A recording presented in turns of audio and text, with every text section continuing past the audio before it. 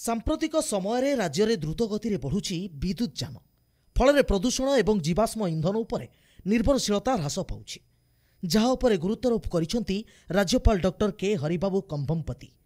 भुवनेश्वर राज्य प्रदूषण नियंत्रण बोर्डर 42तम प्रतिष्ठा दिवस रे मुख्य अतिथि भाव जोग देइथिले राज्यपाल उद्बोधन दे परिवेश सुरक्षा एवं नागरिक सुस्थ भविष्य सुनिश्चित करने उपर गुरुत्वारोप करिसेंती।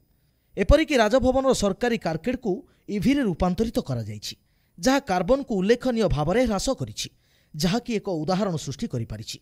सेहिपरि घरे घरे सोलार सिस्टम लगाइबाकू से कहिथिले जहाँकि विद्युत बिल ह्रास करने सह स्वच्छ शक्ति को प्रोत्साहित करिब। द्रुत शिल्पायन एवं परिवेशगत दायित्व को संतुलित करिबारे एक नियामक। राज्यपाल बोर्डर 4 दशंधिर यात्रा को प्रशंसा करथिले। ओडिशार परिवेश को सुरक्षा दिगरे बोर्डर सामग्रिक आभिमुख्य बेस स्वागत योग्य। सेहिपरि सेप्टेम्बर 17 राज्य सरकार द्वारा व्यापक वृक्षारोपण कराजिबो। एही अभियान में भाग नेबाकू नागरिक एवं छात्र छात्री को राज्यपाल आह्वान देइछन्ति। प्रधानमंत्री सूर्यघर योजना, ई बस, ईवी सब्सिडी, सुधमुक्त ऋण एवं छात उपरे सौरशक्तिर स्थापन दिगरे राज्य सरकार प्रयास को प्रशंसा करथिले राज्यपाल। उत्सव में मुख्य शासन सचिव मनोज आहूजा प्रदूषण नियंत्रण एवं स्थायी विकास उपरे गुरुत्वारोप करथिले।